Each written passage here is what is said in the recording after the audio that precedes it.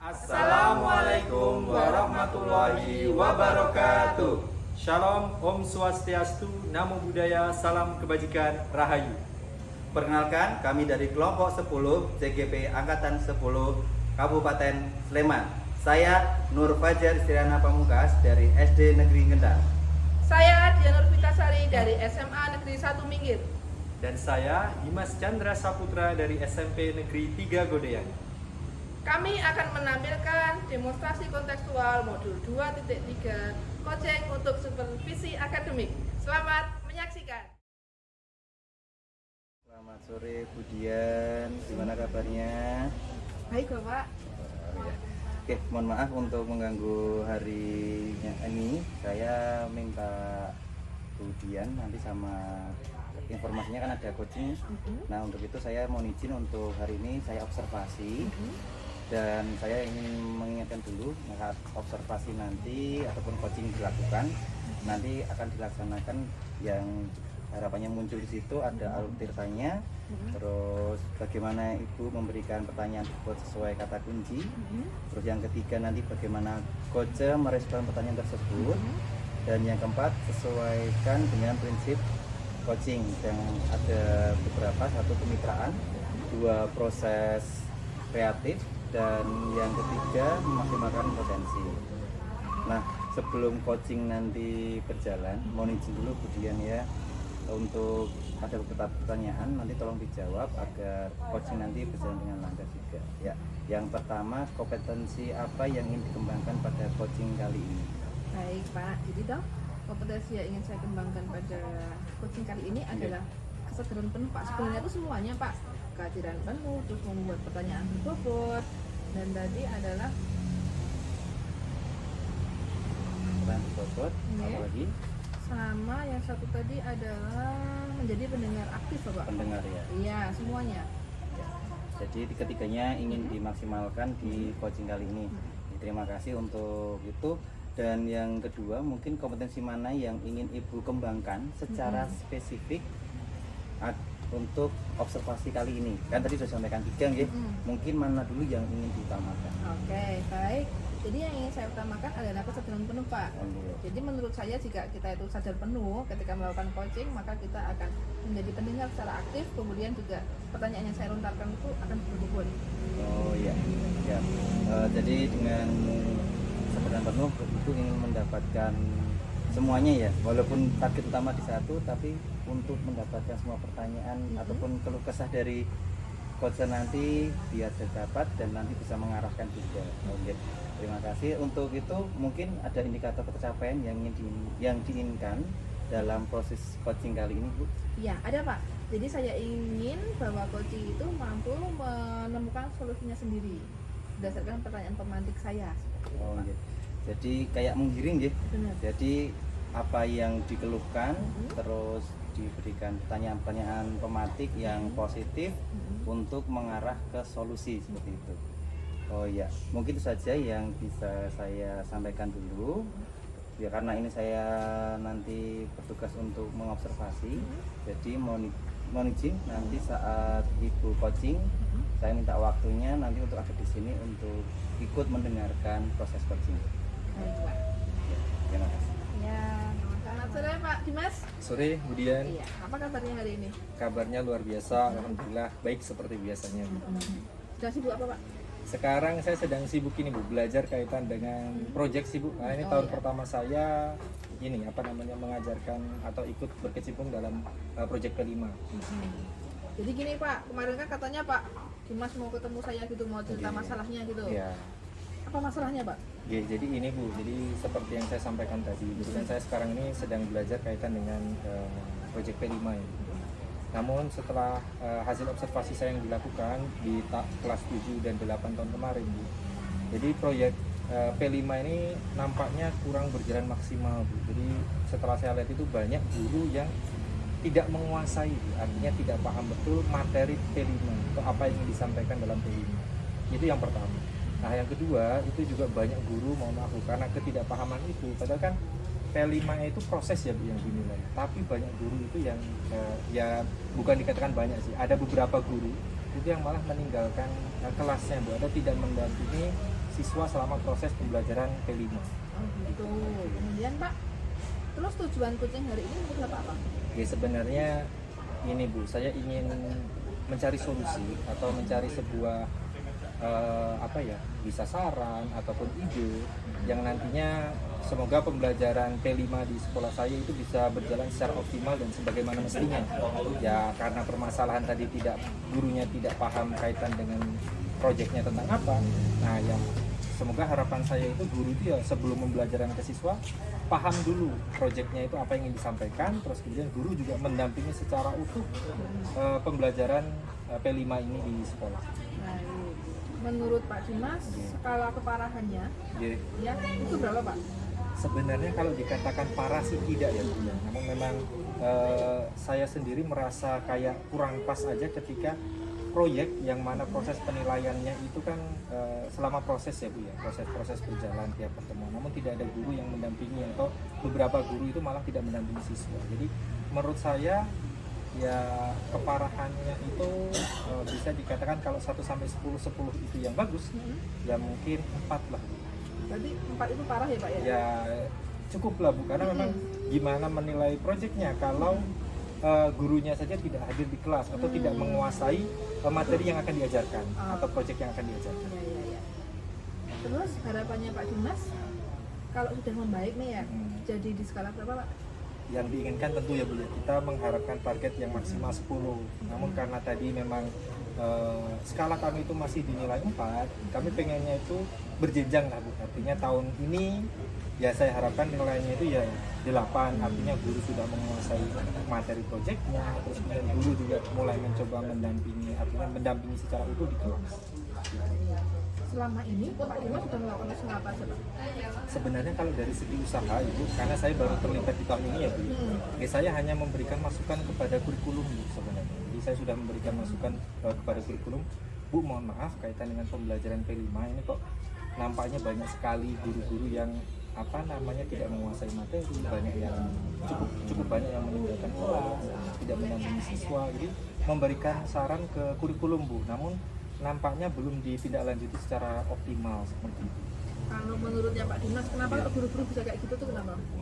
Menurut saya ini Bu, jadi kenapa guru-guru itu tidak? Karena kan sebenarnya proyek itu kan multidimensi, bukan mapel ya Bu ya. Artinya lebih ke proyek. Nah, jadi guru-guru itu tidak menguasainya karena mohon maaf tidak mempelajari secara utuh proyeknya Bu. Jadi hanya kayak hanya ada LKPD ini atau kegiatan aktivitas hari ini itu membuat apa atau kaitan dengan langkah-langkah proyeknya. Nah, jadi menurut saya di guru-gurunya tidak memahami modulnya secara utuh. Nah, ketika tidak paham modul secara utuh, makanya bingung juga kegiatannya yang harus dilakukan guru-guru selama pendampingan itu seperti apa. Kemudian rencana ke depannya gimana Pak? Ya rencana ke depannya, karena ini kan saya sudah terlibat langsung ya Bu ya di proyek.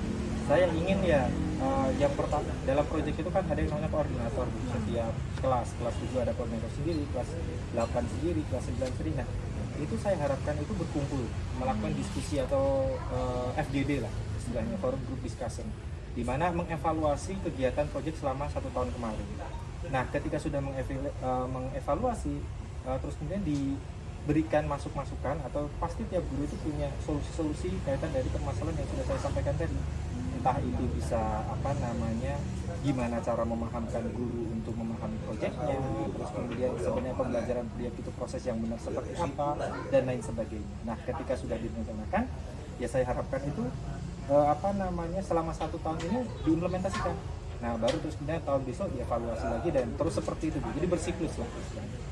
Oke, jadi itu Pak Dimas itu pengen itu ya, ada evaluasi, kemudian nanti perbaikannya apa, kemudian dilaksanakan itu perbaikannya, kemudian nanti ada evaluasi lagi berputar. Sebenarnya sudah efektif sebenarnya juga, semuanya juga berjalan lancar itu efektif Pak sebenarnya.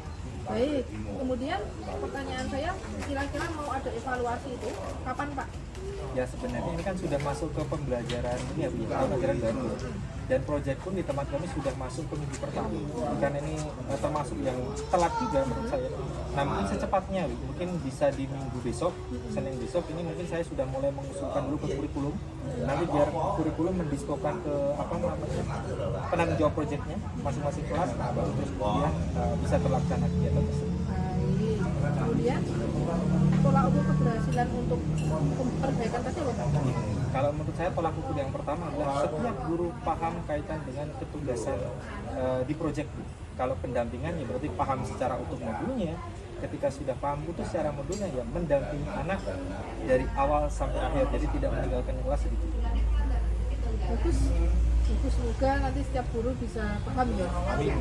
Kemudian komitmen yang Pak Dimas buat seperti apa Pak untuk menyelesaikan hal ini? Komitmen saya ya kita ini, saya pribadi harus sadar sebagai guru penggerak ya harus menggerakkan, artinya guru-guru kaitan dengan melayani murid. Kita kan menghamba kepada murid, artinya kita selaku guru yang melayani murid. Jadi kita harus benar-benar mengerahkan kemampuan kita dalam hal pedagogik dan lain sebagainya, itu kaitannya dengan kemajuan murid. Kemudian untuk melakukan hal tersebut, Pak Dimas itu perlu dukungan dari siapa? Dukungan tentu banyak sekali Bu. Dari mulai yang pertama, stakeholder pertama itu kepala sekolah, karena memang kepala sekolah punya andil besar, bisa menggerakkan ya hampir seluruh warga sekolah. Dukungan dari kepala sekolah, terus kemudian yang berikutnya adalah kurikulum, karena dia yang bertanggung jawab langsung kaitan dengan kurikulum atau kegiatan pembelajaran di sekolah. Terus kemudian juga dari koordinator dan tentu dari semua guru. Artinya objek di sini kan guru. Artinya ketika guru semuanya sudah saling mendukung, insya Allah kegiatan P5 ini bisa berjalan sebagaimana mestinya. Pak Dimas butuh waktu berapa lama untuk menyelesaikan hal itu? Sebenarnya kalau untuk waktu Bu, ini kan berjalan terus ya sih. Mungkin kalau saya targetkan itu 1 tahun, karena memang proses proyek itu kan ya kalaupun tidak 1 tahun, 1 semester. Jadi kan nanti 1 semester berjalannya, terus kemudian kita evaluasi lagi, berjalan lagi 1 semester. Jadi intinya kalau dikatakan waktu itu ya sebenarnya tidak terbatas waktu, karena kita bersiklus terus, putar terus. Tapi diharapkan selama 1 semester itu ada peningkatan tadi Bu. Skalanya tadi kan dari 4 ya saya harapkan naik ke 8 dulu. Terus kalau sudah konsisten 8 ya kita naikkan dulu. Jadi kan saya sudah mendengar permasalahan Pak Dimas, kemudian hambatannya seperti apa, kemudian tadi solusinya tadi juga udah bagus Pak, komitmennya juga udah bagus. Kemudian pertanyaan saya adalah apa yang Bapak dapatkan dari diskusi hari ini? Oh iya Bu, jadi dari diskusi ini saya jadi terbuka Bu. Artinya yang tadinya saya aduh gimana apa saya bisa menghadapi permasalahan ini, ternyata dengan sharing dengan Budian, pertanyaan-pertanyaan Budian ini ternyata memantik saya malah kayak memberikan solusi untuk diri sendiri Bu. Jadi saya merasa senang bisa sharing, ternyata memang sharing itu kunci penting dari kolaborasi Bu. Jadi mungkin tadi apa yang saya dapatkan, saya mendapatkan solusi atau langkah-langkah real untuk mengatasi permasalahan yang saya hadapi tadi. Pak, saya doakan ya Pak ya, semoga masalahnya segera selesai, semoga guru-guru di sekolah Bapak itu bisa bersinergi secara harmonis untuk ya itu tadi akhirnya nanti bisa paham akan ketugasannya ya, sebagai pembimbing P5. Ya, betul sekali. Demikian Pak sesi coaching kita pada hari ini. Selamat sore, selamat melanjutkan pekerjaannya. Ya, terima kasih banyak Ibu, ini sudah meluangkan waktunya untuk diskusi lah. Terima kasih banyak. Oke, mari kemudian. Oke. Aduh, mau ngomong apa Budian ya? Yang jelas terima kasih tadi sudah melakukan coaching dengan baik. Saya lihat lancar banget ya dari awal sampai akhir. Tapi sebagai coach kan harus bisa merefleksikan ya. Mungkin saya minta tolong Budian untuk menyampaikan kompetensi apa yang dilakukan ataupun intinya merefleksikan apa kegiatan tadi yang menurut Ibu ingin disampaikan kepada saya. Baik Pak, jadi saya akan mencoba ya Pak, mencoba untuk memaparkan apa yang saya lakukan selama coaching tadi ya Pak. Yang pertama itu saya tadi juga sudah merasa setelah melaksanakan coaching sesuai dengan alur tertawa. Kemudian saya juga sudah memberi pertanyaan yang berbobot kepada coach saya. Kemudian coach juga sudah mendengarkan dengan baik Pak.